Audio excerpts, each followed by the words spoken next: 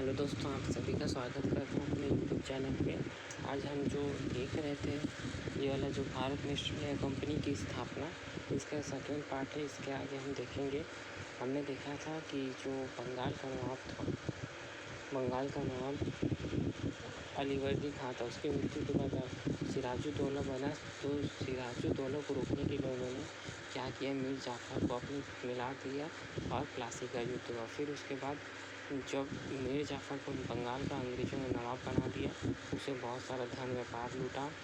फिर लेकिन नवाब मीर जाफ़र अंग्रेज़ों के बढ़ते हस्तक्षेप और बोझ को सह नहीं सका और उसने विश्वासघात कर दिया। फिर अंग्रेज़ों ने उसके बदले मीर कासिम को, अब मीर जाफ़र का दोस्तों पहले, फिर उसके बाद बनाया मीर कासिम आया, बंगाल का नवाब बना। इसने चटगांव, बर्धमान और मिदनापुर जिले में राजस्व वसूली करने का अधिकार स्थायी रूप से प्राप्त कर लिया।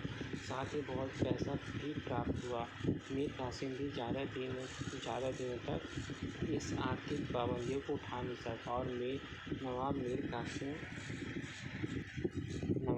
कासिम ने परेशान होकर बंगाल में व्यापार पर से सभी कर हटा दिए और कंपनी के कर्मचारी को चुंगी कर देने के लिए विवश कर दिया। इसमें अंग्रेज़ों को मिलने वाली सुविधाओं जो भी अब नवाब और अंग्रेज़ों के बीच तनाव पड़ गया। फिर क्या हो गया दोस्तों, देखते हैं। बंगाल में अंग्रेज़ों की गतिविधियों को रोकने के लिए नवाब मीर कासिम, अवध के नवाब सिराजुद्दौला और मुगल सम्राट शाह आलमगीर, इन तीनों की संयुक्त सेना ने अंग्रेज़ों के बीच 1464 में बिहार में बक्सर के नामक स्थान पर युद्ध किया। इस युद्ध में अंग्रेज क्या हो गए, विजय हो गए। युद्ध का संधि हो गया। पहले क्या होता था दोस्तों, बहुत सारी संधियाँ होती थी, तो ये इलाहाबाद की संधि हो गई।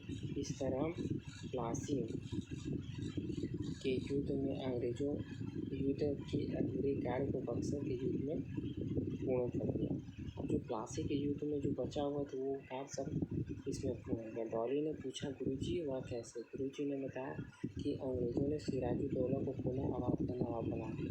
उसके बदले अवध में मुक्त व्यापार करने की छूट प्राप्त कर दी। अब क्या हो गया, जो सिराजुद्दौला था नवाब अलीवर्दी खां का बेटा, उसको फिर से इन्होंने नवाब बना दिया। यह तय हुआ कि ज़रूरत पड़ने पर अवध की सेना अंग्रेज़ों की सहायता करेगी, लेकिन उसका खर्च नवाब ही उठाएगा। अब क्या होता था, अब जो नवाब है उसके पास जो अंग्रेज़ी सेना रहती थी, काम तो अंग्रेज़ के लिए करेंगे, लेकिन जो उसका खर्च है वो नवाब उठाएगा। ठीक है दोस्तों। फिर उसके बाद अंग्रेज़ों को बंगाल, बिहार, उड़ीसा की दीवानी, मतलब वहाँ से टैक्स वसूलते थे। इस प्रकार अंग्रेज़ों का बंगाल में एक अधिकार हो गया, लेकिन उन्होंने शासन के बांधो नहीं संभाली। वह अप्रत्यक्ष रूप से अंग्रेज़ों का शासन था। इसे ही बंगाल में द्वैत शासन या दोहरा शासन कहते हैं। ये शासन को दोहरा शासन कहते हैं, जिसका खर्च कोई और उठाए और काम वो किसी और के लिए करे। फिर हर्ष ने पूछा, गुरुजी द्वैत शासन किसे कहते हैं? इलाहाबाद की संधि से अंग्रेज़ों को बंगाल, बिहार, उड़ीसा में राजस्व वसूलने का अधिकार मिला। उन्होंने मुफ्त में सैनिक रखने और उसकी सुरक्षा का अधिकार भी मिल गया। अब सैनिक और सुरक्षा ये दोनों का अधिकार किसके पास था? अंग्रेज़ों के पास था, लेकिन उसके ठीक विपरीत प्रशासन और व्यवस्था का उत्तरदायी मुगल सम्राट का था। इस प्रकार अंग्रेज़ों की आर्थिक, सैनिक और सुरक्षा लाभ मिला और सभी जिम्मेदारी मुगल और नवाब का था। इस प्रकार मुगल सम्राट अंग्रेज़ों के आश्रित हो गए। अब क्या हो गया, जितने भी जो विदेशी वाले जो जितने भी कार्य थे सब अंग्रेज़ करते थे। फिर आगे देखते हैं। कुंजन ने पूछा, गुरुजी द्वैत शासन का बंगाल पर क्या प्रभाव पड़ा? तो गुरुजी ने बताया, इससे पहले किसानों से राजस्व की वसूली फसलों की उपज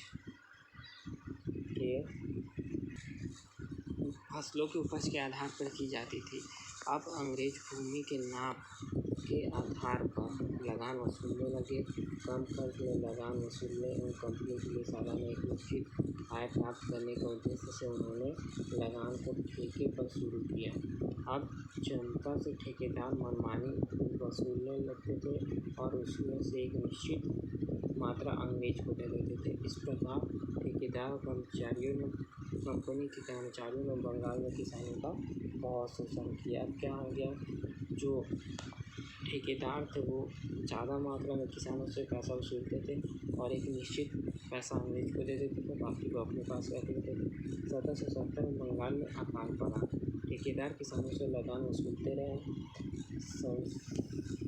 संसद ने 19 जून 1973 रेगुलेटिंग एक्ट पास किया और वारेन हेस्टिंग्स को बंगाल का गवर्नर जनरल बनाया। अब बंगाल के गवर्नर का सीधा शासन स्थापित हो गया और उन्होंने कलकत्ता को अपनी राजधानी बनाया। सबसे पहले अब क्या हो गया, जो अंग्रेज उन्होंने रेगुलेटिंग एक्ट निकाला 19 जून 1773। अब बंगाल में अंग्रेजों का सीधा शासन स्थापित हो गया और उन्होंने कलकत्ता को अपनी राजधानी बनाया। फिर क्या होगा, केजू ने पूछा, गुरुजी गवर्नर जनरल बनाने पर वारेन हेस्टिंग्स कौन कौन से कार्य किया। फिर वहाँ का गवर्नर बन गया कौन, वारेन हेस्टिंग्स बंगाल का। तो फिर गुरुजी ने अब हेस्टिंग्स ने अन्य भारतीय शासकों से भी लड़ाई शुरू कर दी। अब क्या हो गया भाई, उनको बंगाल मिल गया तो फिर उसके बाद उन्होंने क्या किया, अवध, मैसूर, मराठा आदि राज्यों के साथ समयानुसार दोस्ती, युद्ध और संधि की अपनी थी। अवध से मित्रता कर बंगाल में के शासन को सुरक्षित और सुदृढ़ कर दिया और वहीं मैसूर शासक हैदर अली से युद्ध कर संधि की है। प्रथम अंग्रेज मैसूर युद्ध मद्रास की संधि से समाप्त हुआ। अब क्या करते थे अंग्रेज, संधि ज़्यादा करते थे। क्यों करते थे, क्योंकि उससे उनको फ़ायदा होता था। वो कई प्रकार के टैक्स वसूल लेते थे और पैसा अधिक मात्रा में दिया जाता था, बस नाम मात्र का राजा रह जाता था। फिर उसके बाद संधि की प्रमुख शर्तों में बाह्य आक्रमण पर एक दूसरे को सहयोग देना था। किंतु जब पेशवा ने मैसूर पर आक्रमण किया तो अंग्रेज़ों ने हैदर अली का साथ नहीं दिया। अब क्या हुआ था, जो हैदर अली था उसका साथ अंग्रेज़ों ने नहीं दिया। क्यों, जब पेशवा ने मैसूर पर आक्रमण किया अंग्रेज़ों ने उसका साथ नहीं दिया, जिससे हैदर अली क्या हो गया, हार गया। परिणाम स्वरूप 1780 में अंग्रेज़ों और हैदर अली की सेना के बीच द्वितीय आंग्ल मैसूर हुई। अब हैदर अली और जो वो अंग्रेज के बीच द्वितीय आंग्ल मैसूर युद्ध, जो अंततः 1784 में मंगलोर की संधि से समाप्त हुई। युद्ध का परिणाम बराबरी पर रहा, लेकिन अंग्रेज की आर्थिक स्थिति बिगड़ गई। हैदर अली की मृत्यु के बाद उसका पुत्र कौन बना, टीपू सुल्तान। वह विद्वान और बहादुर सैनिक थे, उसने कई भाषाओं का ज्ञान था, उसने फ्रांस, तुर्की देशों से अच्छी मित्रता थी, जिससे अंग्रेज शंका करने लगे। जब टीपू ने त्रावणकोर पर आक्रमण किया तो अंग्रेज उसके विरुद्ध शामिल हो गए। अब देखो अंग्रेज़ों की चाल कि उसने उसका साथ ना देकर उसके विरुद्ध शामिल हो गए। अंग्रेज तथा मराठों ने भी, निजाम और मराठों ने भी अंग्रेज़ों का साथ दिया, जिसके कारण किसकी हार हो गई, टीपू सुल्तान की जो हार हो गई। फिर उसने सन 1792 में अंग्रेज़ों से श्रीरंगपट्टनम की संधि कर लिए। इस संधि से अंग्रेज़ों को टीपू का आधा राज्य और 3 करोड़ रुपए युद्ध के हर्जाने के रूप में मिल गया। फिर 1798 में लॉर्ड वेल्लेस्ली बंगाल का गवर्नर जनरल भारत आया। कौन बना, 1798 में लॉर्ड वेल्लेस्ली। उसने ब्रिटिश भारत के द्वितीय चरण की शुरुआत की। उसने जो साम्राज्य विस्तार की नीति अपनाई वह भारतीय इतिहास में सहायक संधि के नाम से प्रसिद्ध है। सहायक संधि जो दोस्तों बहुत फेमस है। इस उद्देश्य से 2 उद्देश्य थे। पहला, कंपनी द्वारा विरचित क्षेत्रों की रक्षा करना। दूसरा, कंपनी राज्य के चारों विश्वसनीय देश राज्यों की दीवार खड़ा करना। अब क्या हो गया दोस्तों, देखते हैं संधि की शर्तें क्या क्या थी। सहायक संधि स्वीकार करने वाले प्रत्येक राज्य को अपने अपने अंग्रेजी सेना रखनी पड़ेगी, इसका खर्च राज्य को उठाना पड़ेगा। अपनी सेना से अंग्रेज़ों के अतिरिक्त सभी यूरोपीय लोगों को हटाना आवश्यक था। फिर एक अंग्रेजी रेजिडेंट रखना आवश्यक था, जिसका सलाह से वे शासन कर सकते थे। अन्य देशों से कूटनीतिक संधि से पहले अंग्रेज़ों से अनुमति लेना पड़ता था। कंपनी को वार्षिक कर देना पड़ता। अब सहायक संधि जो करता था उसको यही पूरे आदेशों का पालन करना पड़ता था। कुल मिला के जो राजा था वो बस एक उसके हाथ पे थे, बस वो काम नहीं कर सकता, बस वो राजगद्दी पे बैठा था। फिर उसके बाद क्या हो गया, वेलजरी ने अपनी सहायक संधि की क्रियाओं ने सबसे पहले हैदराबाद के निजाम फिर अवध जब उसने मैसूर को इसके लिए बाध्य करना चाहा तो टीपू ने इस संधि से इनकार कर दिया, तो अंग्रेज़ों ने मैसूर पर आक्रमण कर दिया। फिर 1799 में चतुर्थ अंग्रेज मैसूर युद्ध में बुद्धिपूर्वक लड़ते हुए किसकी मृत्यु हुई? टीपू सुल्तान की मृत्यु हो गई। अंग्रेज़ों ने मैसूर राज्य में पूर्व नाड़ियार शासकों को ही वापस कर दिया, जिसे हटाकर हैदर अली मैसूर का शासक बन गया। जिसका शासक बन गया? हैदर अली मैसूर का। उसने सहायक संधि कर अप्रत्यक्ष रूप से आधिपत्य स्थापित कर लिया। इस तरह कर्नाटक, तंजौर और सूरत आदि राज्यों को भी ब्रिटिश साम्राज्य में मिला लिया गया। कुल मिला के धीरे धीरे जो अंग्रेज हो उनका शासन धीरे धीरे बढ़ता जा रहा था। तुषार ने पूछा, गुरुजी उसके बाद क्या अंग्रेज ने पूरे भारत पर अधिकार कर लिया? तो गुरुजी ने बोला, नहीं, ब्रिटिश शासन के सामने जब मराठा शक्ति ही शेष बची तो उन्होंने पारिवारिक संघर्ष चल रहा था। वेलजरी ने उसका फ़ायदा उठाकर संधि का प्रस्ताव रखा। 1802 में बेसिन की संधि द्वारा पेशवा बाजीराव दुत्त ने अंग्रेज़ों की शर्तें स्वीकार कर ली। इधर अंग्रेज़ों की सिंधिया और भोसले से हुई युद्ध, जिससे अंग्रेज विजय हो गए। इस प्रकार अंग्रेज़ों ने होलकर के द्वितीय आंग्ल मराठा युद्ध हुआ, जिससे अंग्रेज़ों की हार हुई और उसे भारी नुकसान। इस तरह अंग्रेज़ों ने सिंधिया और गायकवाड़ को भी संधि करने के लिए विवश कर दिया।